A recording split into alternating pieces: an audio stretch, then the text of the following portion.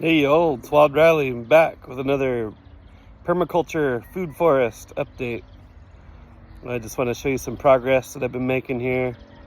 And this is, going on about 9 years of development. And now I'm finally to the point where I'm here, where I've got a little small nursery going. So as you can see, I got some drip irrigation. These are Pinot Noir 777 cultivar, and they're 4 to 5 year old trees. And this is how I decided to do it. I took my greenhouse apart and then used the greenhouse plastic as a ground mat so that vigorous roots don't reach into the soil. And I got a row of pomegranate grown here. The junk pile, yard junk that needs to go, kind of over there. And then some peach trees, some starter beehives, another peach tree, and then another one, a long hive. So these mature grape trellises are going to be for sale for somebody who wants to, someone with a McMansion or something who wants a nice vineyard. And then I have these kiddie pools. This is a really good way to conserve your water when you water them, or you could just water the kiddie pool and then the water level rises up, and then the pomegranates or Pinot Noir can then kind of slurp up that water from the bottom of the kiddie pool, and you're not wasting tons of excess water. So I got pomegranate, Pinot Noir, pomegranate, Pinot Noir. Lots of drip irrigation pieces that I use to siphon after it rains. I siphon all this water out of these kiddie pools. A little pollinator garden right here behind the barn. So we got calendula, a little candy button, lots of California poppy, more calendula, and a mix of all kinds of nasturtium, some peaches and plums.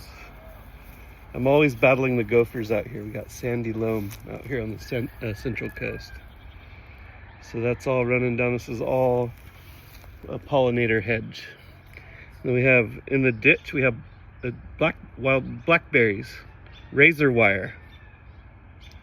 And I'm training them up these stakes. Once they get established, I put a little patty cage. Those of you that I worked with in the past would know what a patty cage is, but it's like a little protective barrier, and they use it to trellis up. And then lots of rain catchment in these feed barrels. So I can scoop water out of there all summer and water the blackberries or the pollinator garden. Because off the top of the barn, we get morning dew, and that drips into them, and we also get light drizzles and stuff, and that maintains the rain catchment.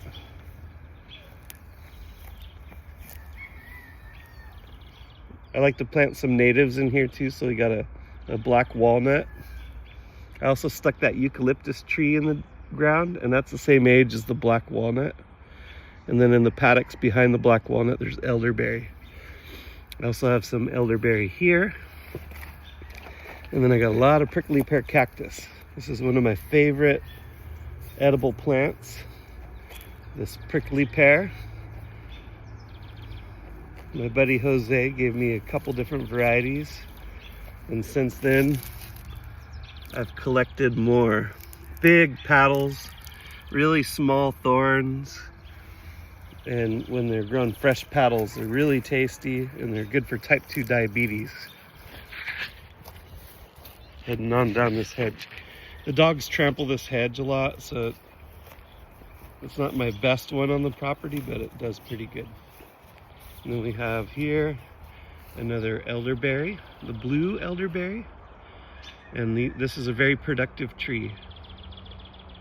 I got probably 2.5 gallons of elderberries off this one bush. And then we come around here, now you can see it all from this angle. Got my honeybee shed in the corner there. More Opuntia, prickly pear cactus, nopales, tunas. And then more of these little kiddie pools. These are all wine grapes here, and then pomegranate. Dog dug a hole. Usually I stick a fruit tree there. Line it with chicken wire so the gophers don't kill it. Another black walnut. And this black walnut's to grow up into this void, kind of up and through the canopy. It can get a little taller than these oaks that are starting downhill. I want it to grow up and take up that little skylight right there. And then I got to get in here and prune all these coastal live oaks.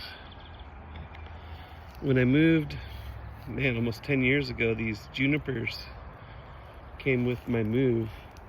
And these junipers are bonsai'd. They were in little planter pots and they're super root bound. So I just have them here as a little visual screen so that folks on the main road can't see in as easy. You know, I have my kids playing and stuff. And Lord forbid we have chickens. A really diverse flock. Naked neck frizzles. We got the Polish hen. We got Rhode Island red. Over there we got a little bantam. Salmon favorel. All kinds of Easter eggers. Blue-laced Wyandotte. Just a beautiful blend of hens. It's a chore though. We got to clean this chicken coop out, and we use the manure for fertilizer. So more wine grapes. It looks like they're getting chewed on, probably by snails and slugs, so I'm gonna have to bait that and deal with that problem. Got some figs, blended in with some pomegranates. Got an avocado, more figs, another little avocado, little store-bought one. Mexicola. And we're getting figs. Yeah, buddy. We got a pot with some citrus. Lots of citrus, some weeping willow, more figs. We got a stone fruit in here of some kind. I think it may be a plum. And then over here, more pomegranates. And these are the 2-quart pomegranates. So I don't know how many fit in here. 75 or something crazy. A bunch of them fit in here. Pomegranate, pomegranate, pomegranate, and then a smaller kiddie pool. More pomegranate.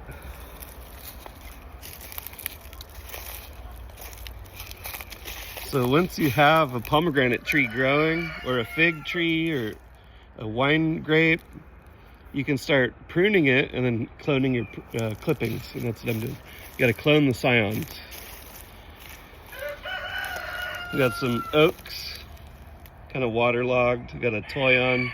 Some of these are natives and they're a little bit waterlogged, but they're, you know, they're in with the weeping willows, which is also, willows are really easy to clone.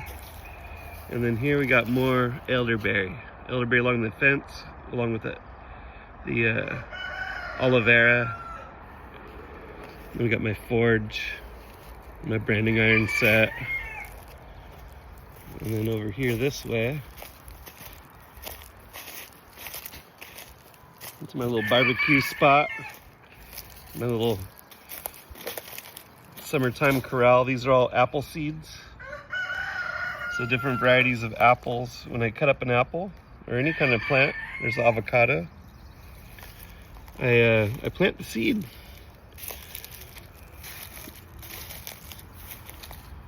I heard it recently, I forget who said it, but if you're gonna enjoy a mango and just throw its embryo in the trash, that's like an insult.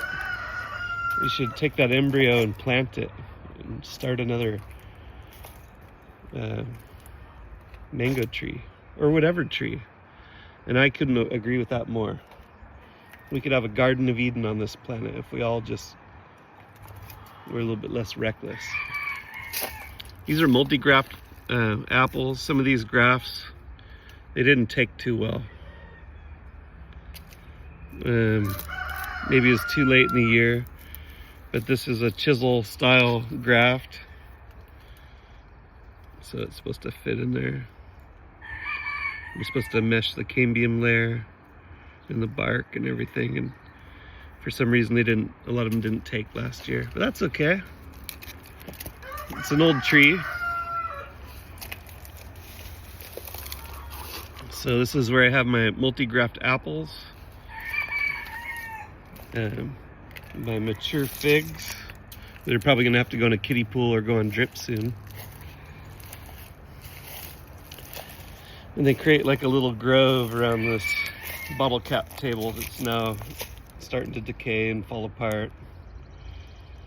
But we'd save our bottle caps and hammer them into this oak slab. And it was a good spot. We can sit down and have a little powwow.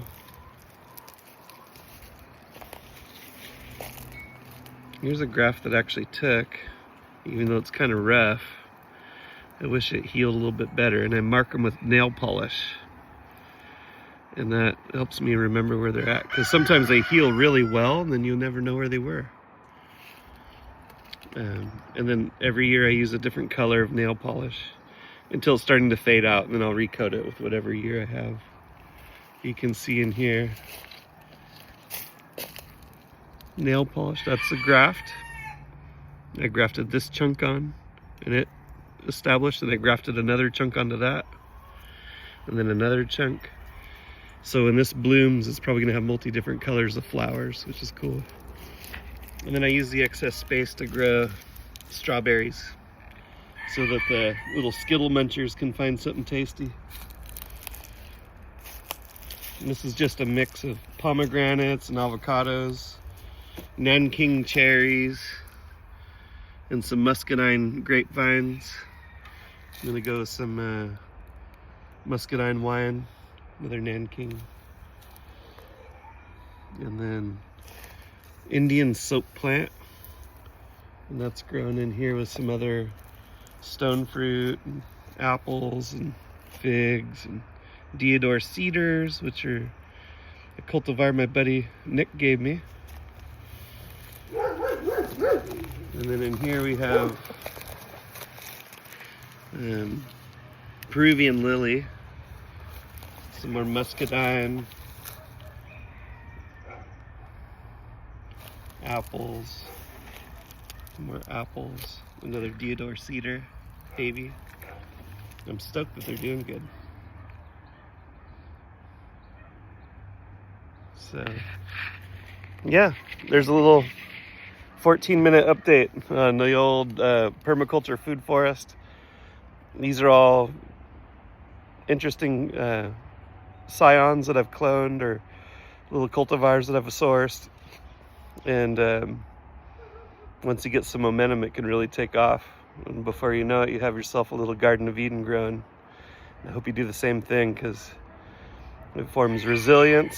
It's a really great hobby, and it's making the world a better place. After I kick the bucket, we're gonna have lots of plants old Riley made. So hope you enjoyed. Thanks for watching. Rob Riley out.